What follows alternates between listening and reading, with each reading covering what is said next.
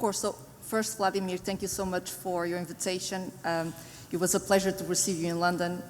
It's a pleasure to be here in Montenegro. We are always very passionate about sharing our story. So hopefully the learnings that we'll share today and tomorrow will help you, think about helping customers in the local markets in a slightly different way. We will do that based on the stories of three companies. So Starling Bank, which is one of the first neobanks launched in UK, Engine by Starling, which is now the SaaS business that we are leveraging to offer the technology that was the foundation of Starling's success to other banks across the world to transform the way they are operating.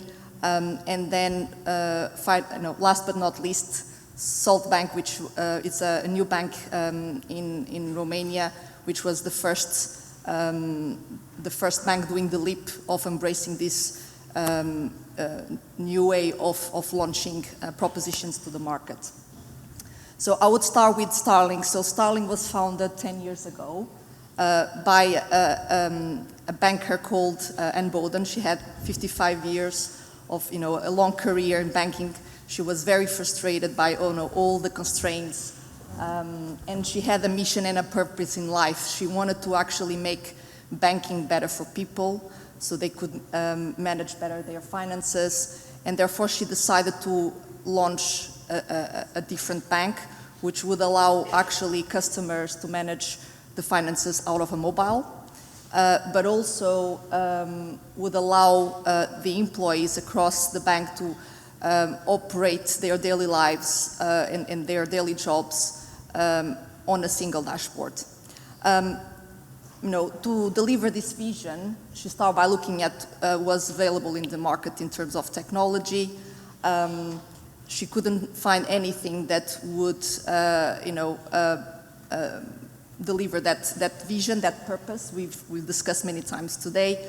And so the team developed all the technology from the ground up, right? And that's what Engine is now, right? Is all that technology, but also all the operating model that made Starling a success. And when I say success, is not a fintech. So she built a bank that was also trusted and loved by customers, and that grew organically. So Starling Bank is now 4.5 million customers, and of which 500,000 are SMEs. It's one of the most loved brands in UK. It operates, at a very low TCO, so around 50 euros per customer, which, it's 3 times less than incumbents in UK. But also is very profitable. So if you compare, for instance, with Revolut, it's six times more profitable than Revolut per customer. And so one thing that I would say to the banks here in the region, it's a market that's been protected by design, because countries are very fragmented, and regulation is very diverse. But as you open, you embrace the European unit, and the cost of technology and launching new banks reduces significantly.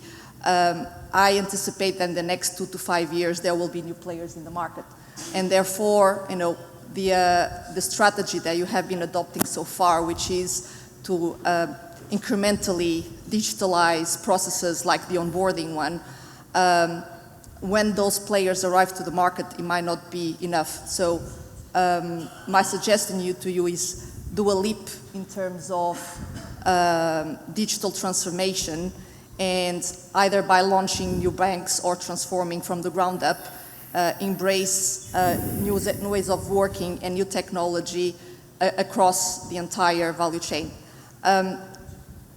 You can do it 2 ways. So you can do it the Starling way, which is, develop your own technology in-house for Starling, it took around 2-3 years to get there. Or you can do what Salt did, which was use engine as the foundation and accelerator, where they then could build their own value proposition to be attractive to the Romanian market. And by doing so, they were able to launch in less than a year. And less than a year later, they are already capturing more than 4% of market share. Just to put things into perspective, that's the entire population in Montenegro. And they are anticipating that they will achieve break-even next year. I was with them last week discussing the strategy for the next 2 years, and they have very ambitious plans. So do a leap.